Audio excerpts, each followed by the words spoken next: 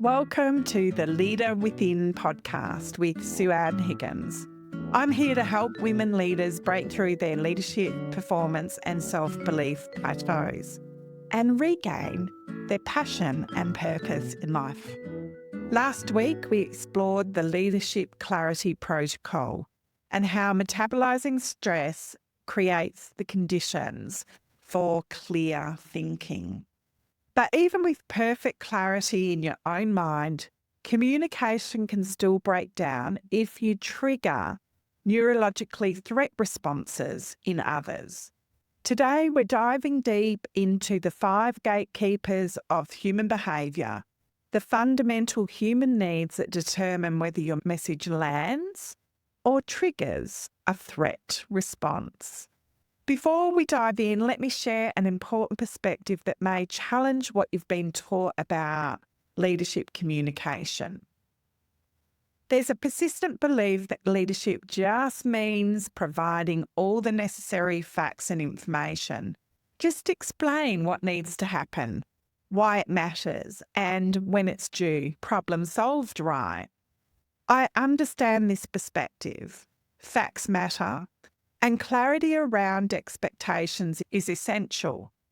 Plus, this approach is efficient. No need to worry about feelings or perception when you've got a deadline to meet.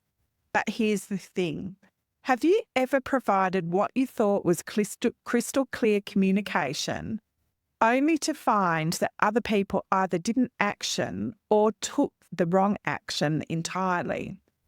Or have you ever been in a situation where you've shared some important information in a team meeting, but it created unexpected resistance or confusion?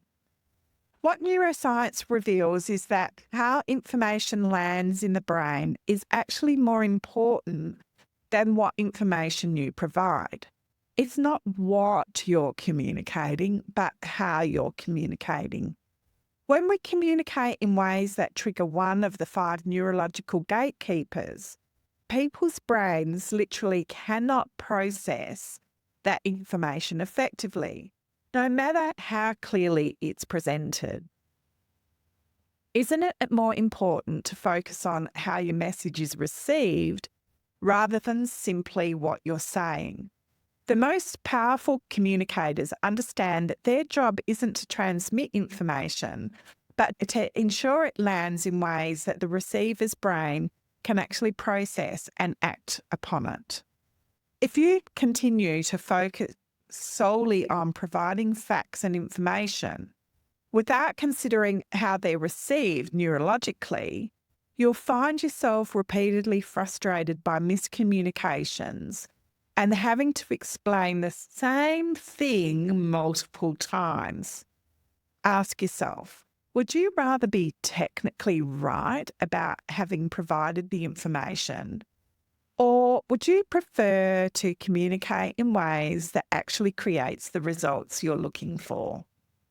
Remember last week when we discussed how the connection between your dorsolateral prefrontal cortex and your right anterior insula determines your leadership clarity. Those same brain regions are impacted when someone experiences a social threat through one of the 5 gatekeepers. Let me explain what's actually happening in our brains when our team members get triggered. You'll remember we've talked about the PFC being the Goldilocks of the brain.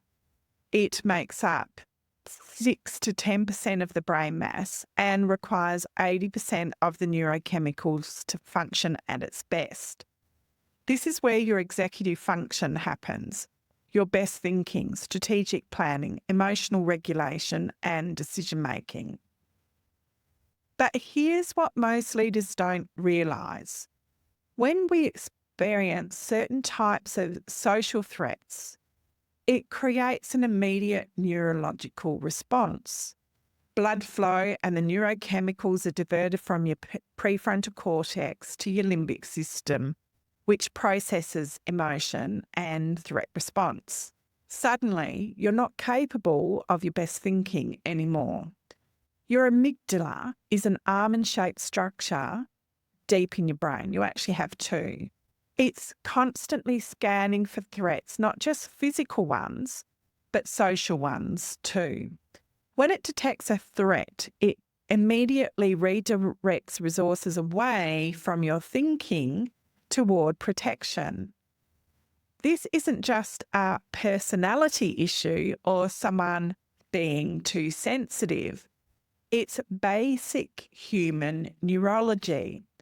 And this reinforces our key insight. It's not what you're communicating, it's how you're communicating.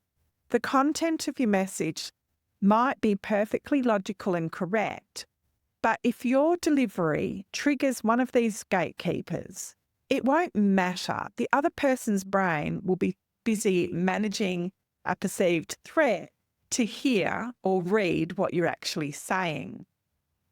So what are these 5 gatekeepers I keep referring to? They're a fundamental human need that, when threatened, trigger our brain's defence mechanisms. These gatekeepers operate at the intersection of what we've called the 3 worlds of leadership from episode 1. Your inner world, how you experience you, your outer world, how others experience you, and then the external world, how everyone uniquely experiences the circumstances around us. When you trigger one of these gatekeepers, you create a misalignment between those 3 dimensions, causing a communication breakdown. Now, I go much deeper into this in my Leader Within method coaching program, but let me give you enough of an understanding so that you can start applying this knowledge immediately. The first gatekeeper relates to our sense of significance or position relative to others. It's about feeling important. When people feel diminished or overlooked, their brain registers a genuine threat. This is why public criticism can be so devastating. It's not just uncomfortable, it actually triggers a neurological threat response. The second gatekeeper involves our need to predict what's coming. Our brains are constantly trying to predict the future. It's how we stay safe. When we can't anticipate what's next, even in a work context, it creates genuine neurological distress. This explains why organisational change can be so difficult, even when the change is objectively positive. The third gatekeeper centres around our sense of control over our environment and decisions. When people feel they have no autonomy or input, their brain perceives this as being constrained. This is why micromanagement is so universally despised. It's not just annoying, it activates a primal threat response. The fourth gatekeeper involves our communication to others. We are fundamentally social creatures, and our brains treat social inclusion as essential for our survival. When people feel excluded or like they don't belong, it triggers neurological distress. The fifth gatekeeper relates to our perception of fair treatment. Our brain is constantly evaluating whether exchanges and processes are equitable, and when they detect unfairness, again, it triggers a strong neurological reaction. Understanding these 5 gatekeepers gives you an incredible insight into why people react the way they do, including yourself. When you recognise which gatekeeper is being triggered, you can address the specific threat rather than reacting to surface behaviours. These gatekeepers connect directly to the try harder traps we've explored in previous episodes. When triggered, people naturally fall into specific patterns that keep them stuck. The first gatekeeper related to our sense of importance often triggers mind traps like defensiveness, catastrophizing, or argumentative thinking. When someone feels their status or value is questioned, They can quickly shift from fight response pattern, as we've discussed in episode 3. The second gatekeeper about predictability when threatened frequently leads to comfort zone traps, such as indecision, procrastination, or perfectionism. Without certainty, people freeze, they're unable to move forward. The third gatekeeper, concerning control when violated, typically activates self-sabotage traps such as people-pleasing, busyness, or imposter syndrome. These are flight responses where people try and escape the uncomfortable feeling of powerlessness. The fourth gatekeeper about connection, when compromised, usually leads to people traps like being over-accommodating, buying into the drama, or becoming the fixer of problems. These fawn responses attempt to restore safety through pleasing others. And the fifth gatekeeper regarding fairness when breached often triggers a combination of traps depending on the person's natural stress response. Understanding these connections gives you powerful insights to why people react the way they do. It's not about personality flaws or resistance to change. It's about how their brains are wired to respond to perceived threat. So the question now becomes, how do you use this knowledge in your day-to-day leadership? Let me share some practical applications. First, learn to recognise when you or others are being triggered. Look for subtle signs like physical cues, changes in voice tone, body language shifts, or sudden disengagement. These are all the subtle signs that someone's brain has shifted into a threat response. Second, develop a mental checklist to identify which gatekeeper might be activated. Is someone's sense of importance feeling threatened? Are they experiencing uncertainty? Has their sense of control been compromised? Are they feeling excluded, or do they perceive unfairness? Often just identifying the specific trigger can help you address it effectively. Third, adapt your language. Your words can either trigger or soothe these gatekeepers. For example, when addressing concerns, use phrases that acknowledge others' expertise and contribution rather than imposing solutions. Instead of saying, here's what you need to do, try, given your experience with this, what approaches do you think might work? 4, create leadership rituals that proactively address these gatekeepers. This might include regular one-on-one focused on career development, transparent decision-making processes, or team-building activities that strengthen belonging. Finally, remember that the 5 gatekeepers are contextual, and people experience them in their own unique way. What triggers one person may not affect another, and what triggers them in this particular circumstance may not trigger them in another. The leader who understands these individual differences can tailor their approach to bring out the best in each team member. I'll never forget the day that I truly understand how the human brain processes triggers. I was facilitating a leadership workshop with a client organisation, and something unexpected happened that completely transformed my understanding. 15 leaders were sitting in a U-shaped arrangement, engaged in discussion about strategic planning. Everything was going smoothly until one particular leader, let's call her Kathy, made a suggestion about reallocating team resources.